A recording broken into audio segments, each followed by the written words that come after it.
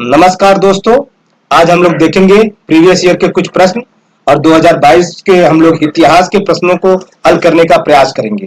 तो चलते हैं दोस्तों अपने पहले प्रश्न पर। तो पहला प्रश्न है, निम्नलिखित में से अशोक का कौन सा शिलालेख धार्मिक संश्लेषण के बारे में कहता है। इसमें ये बहुत ही इंपॉर्टेंट क्वेश्चन है। हमेशा जो क्वेश्चन होते हैं पीसीएस वगैरह में हमेशा ये शिलालेखों से संबंधित क्वेश्चन आते रहते हैं। तो इसका जो आंसर देखिए, आप लोग पहले ऑप्शन देखते हैं, 12वां शिलालेख, द्वितीय शिलालेख, 11वां शिलालेख या 13वां शिलालेख। तो इसका आंसर आयोग ने 12वां शिलालेख माना था और 12वां शिलालेख माना था। इसी प्रकार द्वितीय शिलालेख की अगर हम लोग बात करें तो द्वितीय शिलालेख में आपका अशोक का विदेशी राजाओं का उल्लेख है कुछ। 11वें शिलालेख और 13वें शिलालेख आपका 13वां का पृथक कलिंग युद्ध का भी वर्णन है। तो ये रहा आपका पूरी समरी इस प्रश्न की। दूसरा प्रश्न है, चंद्रगुप्त द्वितीय के संदर्भ में निम्नलिखित में से कौन से कथन सही है। पहला है ऑप्शन, पहला जो है, शक विजय के संदर्भ में सबसे सबल प्रमाण इस नरेश के रजत मुद्राओं पर मिलता है। दूसरा है, इन मुद्राओं की तौल लगभग 33 ग्रेन हुआ करती थी। तो ऑप्शन आपका है एक तथा दो दोनों। केवल बी है केवल एक, सी है न तो एक न तो दो, डी ऑप्शन है केवल दो। इसका आंसर होगा एक और दो दोनों। जैसा कि हम लोग जानते हैं कि चंद्रगुप्त द्वितीय ने शकों के अनुकरण में पहली बार रजत मुद्राओं का प्रचलित किया जो करीब 30 से 33 ग्रेन तक हुआ करती थी। इस प्रकार दोनों आंसर आपका सही होगा। अब तीसरे प्रश्न की तरफ चलते हैं। तीसरा प्रश्न है, सिंधु घाटी सभ्यता के किस पुरास्थल से नाव के चित्र या मॉडल प्राप्त हुए। पहला ऑप्शन है हड़प्पा कोट डीजी, बी ऑप्शन है कालीबंगा और रोपड़, सी ऑप्शन है धौलावीरा और भगतराव और डी ऑप्शन है मोहनजोदड़ो एवं लोथल। इसका आंसर होगा डी, मोहनजोदड़ो और लोथल। मोहनजोदड़ो जो कि सिंध प्रांत में पड़ता है, लरकाना में, और लोथल आपका भगवा नदी के तट पर गुजरात में पड़ता है। ये आपका सही आंसर होगा। अब चौथे प्रश्न की तरफ चलते हैं। चौथा प्रश्न भक्ति आंदोलन से संबंधित है। तो इसका सुमेलित आपको मिलाना है। एक तरफ दार्शनिक दिए हुए हैं, एक तरफ उनका दर्शन दिया गया है। दार्शनिक में दिया गया है रामानुजाचार्य, माधवाचार्य और निम्बकाचार्य और वल्लभाचार्य। दर्शन की तरफ देखते हैं तो दर्शन में जो दिया गया है वो आपका शुद्ध दैतावाद, दैतावाद, विशिष्ट दैतावाद और द्वैतवाद। तो इसका आंसर हम लोग डायरेक्ट देख लेते हैं। इसका आंसर डायरेक्ट चौथा होगा। तो रामानुजाचार्य का विशिष्ट दैतवाद है, माधवाचार्य का द्वैतवाद है, निम्बकाचार्य का द्वैताद्वैत है और वल्लभाचार्य का शुद्ध दैतावाद है। तो आप लोग हमको एक और प्रश्न का आंसर दीजिएगा कमेंट बॉक्स में कि शंकराचार्य का कौन सा दर्शन था। इसको कमेंट बॉक्स में आप लोग बताइएगा। अब पांचवा जो प्रश्न है देखते हैं। इनमें से बताना है कि कौन सा सुमेलित नहीं है। ध्यान दीजिएगा, प्रश्न को देखते समय एग्जाम हॉल में भी आप लोग ध्यान दीजिएगा कि नहीं में और सुमेलित है, इसमें थोड़ा ध्यान दीजिएगा। अक्सर बच्चे जो होते हैं वो गलती कर जाते हैं, उनको आते हुए क्वेश्चन भी वो गलत करके आते हैं, फिर बाद में उसका भरपाई नहीं कर पाते और रिजल्ट ये होता है कि वो बाहर हो जाते हैं।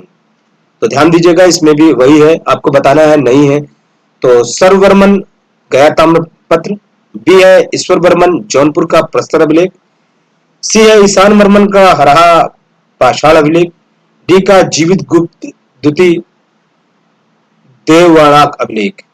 तो ऐसे प्रश्न वैसे एग्जाम हॉल में अगर आए तो नेगेटिव मार्किंग है तो छोड़ देना चाहिए, लेकिन अगर आप लोग एक दो ऑप्शन जानते हैं तो उसमें रिस्क ले लेना चाहिए। 50-50 अगर आप जानते हैं तो, क्योंकि ये क्वेश्चन बहुत ही टफ क्वेश्चन माना गया उस साल का। तो इसमें जो आंसर होगा वो आपका होगा सर्ववर्मन गया ताम्रपत्र। ये आपका आंसर, ये सुमेलित नहीं है क्योंकि सर्ववर्मन का ताम्रपा अभिलेख नहीं है बल्कि असीरगढ़ से प्राप्त हुआ था। तो इसका आंसर ये होगा। बाकी आप लोग ऑप्शन देख लीजिएगा, ईश्वरवर्मन का जौनपुर का है। अब हम लोग मध्यकालीन इतिहास के कुछ क्वेश्चन है, देखते हैं। मध्यकालीन भी एक इम्पोर्टेंट चैप्टर रहता है, हमेशा उसके अच्छे अच्छे प्रश्न बनते हैं यूपीपीएससी में। तो पहला जो मध्यकालीन इतिहास का पहला प्रश्न है औरंगजेब के संदर्भ में।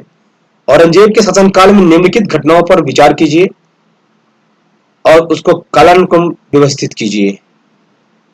तो आप देखिए, इसमें एक दिया हुआ है देवराय का युद्ध, दूसरा दिया हुआ है बनारस के पास सूजा की पराजय, तीसरा है सामूगढ़ की लड़ाई, फिर चौथा है धर्मत में विजय। तो ये औरंगजेब का उत्तराधिकार युद्ध से संबंधित है। तो इसमें जो ऑप्शन आपको है मिलाना है, इसको जो क्रम में लगाना है, 1 3 4 2, 4 2 1 3, 2 4 3 1, 3 4 2 1। तो इसका आंसर ही हम लोग डायरेक्ट देख लेते हैं। ये आंसर इसका होगा 2 4 3 1। मतलब पहले आपका क्या हो जाएगा, बनारस के शाहसूजा की पराजय, फिर आपका धर्मत का विजय आ जाएगा, फिर उसके बाद सामूगढ़ की लड़ाई आ जाएगी, फिर देवराय की लड़ाई आ जाएगी। पहले सूजा की पराजय होगी, फिर धर्मत का होगा, फिर सामूगढ़, फिर देवराय का होगा। ठीक है, तो हम लोग चलते हैं अब दूसरे क्वेश्चन की तरफ। अगर हम लोग इसका डिस्क्रिप्शन देखना चाहते हैं तो सूजा की जो पराजय थी वो फरवरी 1658 में हुआ था।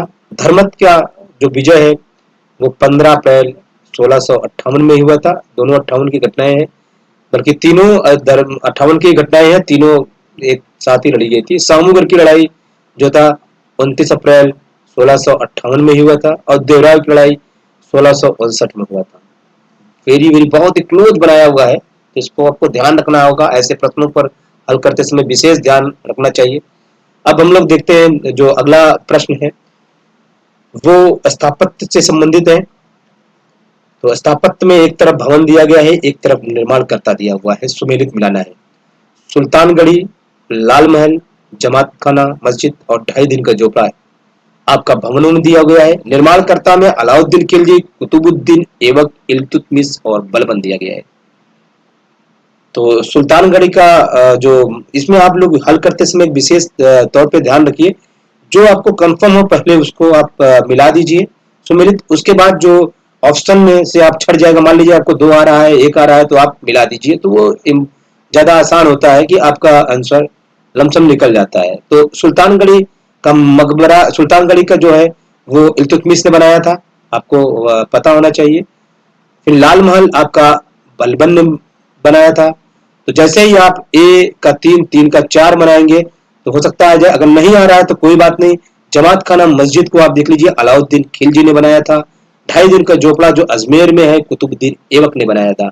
अब आप इसको आराम से मिला सकते हैं, तो आपका आंसर हो जाएगा 3 4 3 4 1 2, 3 4 1 2, सी ऑप्शन आपका आ जाएगा।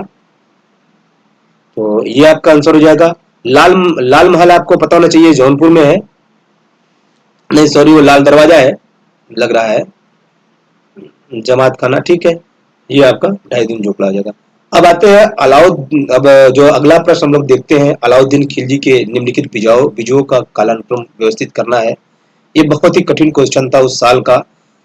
काफी लोगों ने इस पे वाद विवाद किया, बहुत चीज किया, लेकिन जिसको पता था उसने मारा। तो इसमें उनकी कुछ विजय है। पहला है रणथंभौर, दूसरा है गुजरात, तीसरा है वारगल और चौथा है चित्तौड़। तो इसको कालानुक्रम में व्यवस्थित करना है, तो आपको देखना होगा पहले आपको कौन चीज करेंगे। पहले होंगे गुजरात विजय, पहला होगा 1299 में, 1299 में गुजरात विजय अलाउद्दीन का। फिर उसके बाद दूसरा आपका रणथंभौर होगा 1301 में। तीसरा होगा 1303 में चित्तौड़ होगा, ठीक है। फिर चौथा वारंगल 1310 में होगा। तो ये है आपका सारा आंसर। तो आपका हो जाएगा क्या, 2 1 4 3, 2 1 4 3 आपका आंसर हो जाएगा। ये काफी कठिन क्वेश्चन है। और उसके बाद जो हम लोग अगले प्रश्न की तरफ चलते हैं, तो अगला प्रश्न है, शेरशाह को अपनी वीरता से प्रभावित करने वाले जैता और कूपा किस स्थान से संबंधित है? जैता कूपा बहुत ही वीर थे। ये संबंधित है मारवाड़ से, मारवाड़ क्षेत्र से संबंधित है।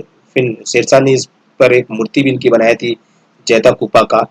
तो बहुत ही अच्छा ये प्रश्न है जैता कूपा का।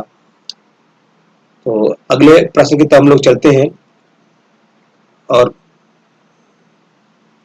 निम्नलिखित घटनाओं पर विचार कीजिए और उनको कालानुक्रम व्यवस्थित कीजिए। इससे अब देख रहे हैं, जैसा कि हम लोग प्रश्न हल कर रहे हैं इतिहास के, तो आपको समझ में आता होगा ज्यादातर इस बार जो प्रश्न आए हुए हैं वो कालानुक्रम से व्यवस्थित करने वाले ही ज्यादा आए हुए हैं।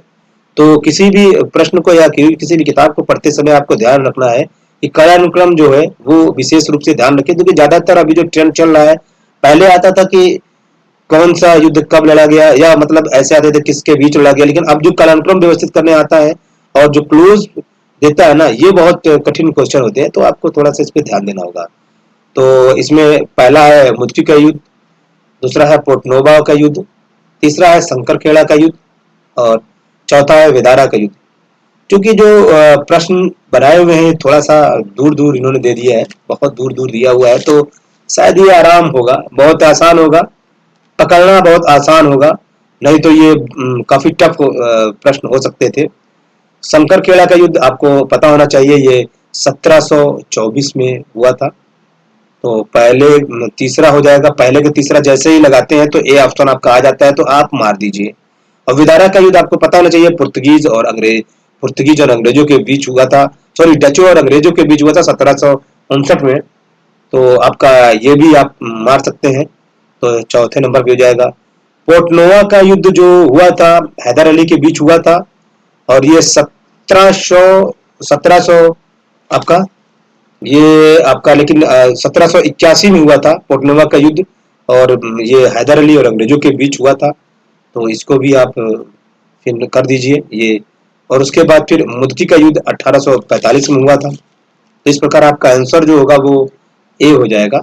1845 में मुदकी का युद्ध हुआ था। बहुत ही छोटा युद्ध है, काफी दूर है, इसलिए मारना काफी आसान हो गया, नहीं तो आंसर टिक मारना आसान हो गया, और ऑप्शन भी थोड़ा सा सरल बना दिया था इसलिए। तो अगले प्रश्न की तरफ हम लोग चलते हैं।